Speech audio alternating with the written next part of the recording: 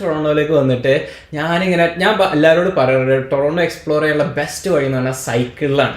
കാരണം എന്താ വെച്ചാൽ നമ്മൾ കാറിൽ പോകണമെങ്കിൽ ട്രാഫിക് കാരണം നമ്മളങ്ങ് മുടിയും, ട്രാഫിക് കാരണം. പിന്നെ എന്താന്ന് വെച്ചാൽ നമുക്കൊരു സ്ഥലം ഒന്ന് നിർത്തി കാണണമെന്ന് വിചാരിച്ചാൽ ട്രാഫിക് കാരണം നമുക്ക് നിർത്താൻ പറ്റില്ല. പിന്നെ പാർക്കിംഗ് പൈസ കൊടുക്കണം. ഒരു സ്ഥലത്തും ഫ്രീ പാർക്കിംഗ് ടൊറോണ്ടോയിലില്ല. അപ്പോൾ ബെസ്റ്റ്. പിന്നെ നടന്നു പോകാൻ പറ്റും, പക്ഷെ നടക്കുകയാണെങ്കിൽ നമ്മൾ ഇച്ചിരി സ്ലോ ആണ്.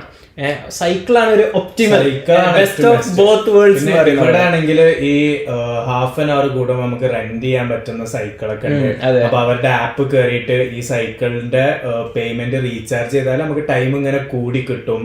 അപ്പൊ ഭയങ്കര ഫീസിബിൾ ആണ് നമ്മൾ സൈക്കിളൊക്കെ നോക്കുക. അപ്പൊ ഞാൻ ഫസ്റ്റ് ഇങ്ങനെ ടൊറോണ്ടോയിലൂടെ പകൽ സമയം, സമ്മറുമാണ് ഇപ്പൊ ഇവിടെ. അപ്പൊ സമ്മറാണ് best time of the year എന്ന് പറയാം കാനഡയില്.